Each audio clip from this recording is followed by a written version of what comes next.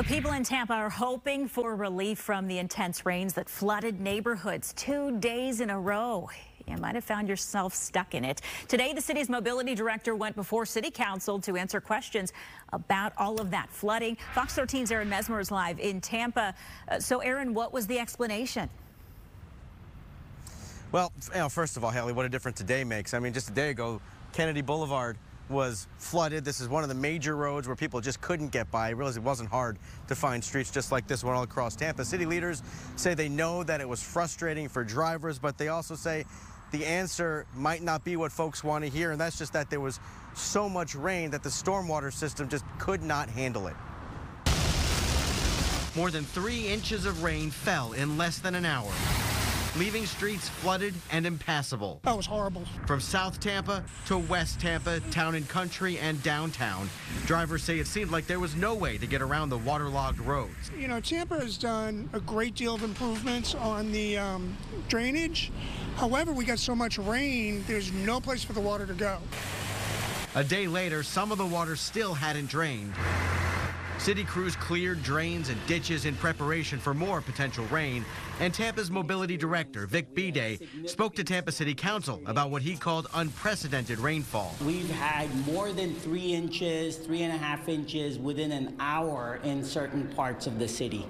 That kind of rain will inundate any of our stormwater systems. Bide says most of the stormwater drains are working like they should, draining streets in a couple hours. But he says the main issue is that in roughly 1 month, the area went from drought conditions to exceeding the average rainfall total for the year. Still, he and council members say they know people want answers. This is how I feel and what I've seen in the last 48 hours. This is almost as bad as what we saw in 2016. And we're going to have to find a broad range of solutions, including upgrading our stormwater systems, upgrading policies that are more conducive to this sort of weather patterns. Meanwhile, some council members wondered whether developments are contributing to the problem. Where we are putting too much on too little, and Mother Nature kicks back. And yesterday, Mother Nature kicked back. There wasn't enough air percolation into the ground. And after 2 straight days of intense flooding, some worry whether Tampa would be able to handle an even bigger storm.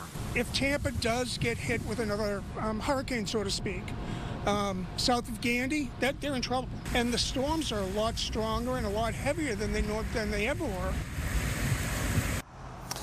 Yeah, city leaders do believe that their stormwater projects that they've been doing for the last several years, that those projects are working. They say some of the neighborhoods where these projects have been undergone and intersections like Dale Mabry Highway and Henderson Boulevard, that those the conditions over there have really improved over the last several years, and those are the type of projects that will continue into the future. However, Haley, they also say that in the meantime, they're asking homeowners to keep their debris, their grass clippings out of the drains, and that's going to really help them if we get some of these rains again in the future, to let the water have a place to go and make sure that those drains aren't clogged.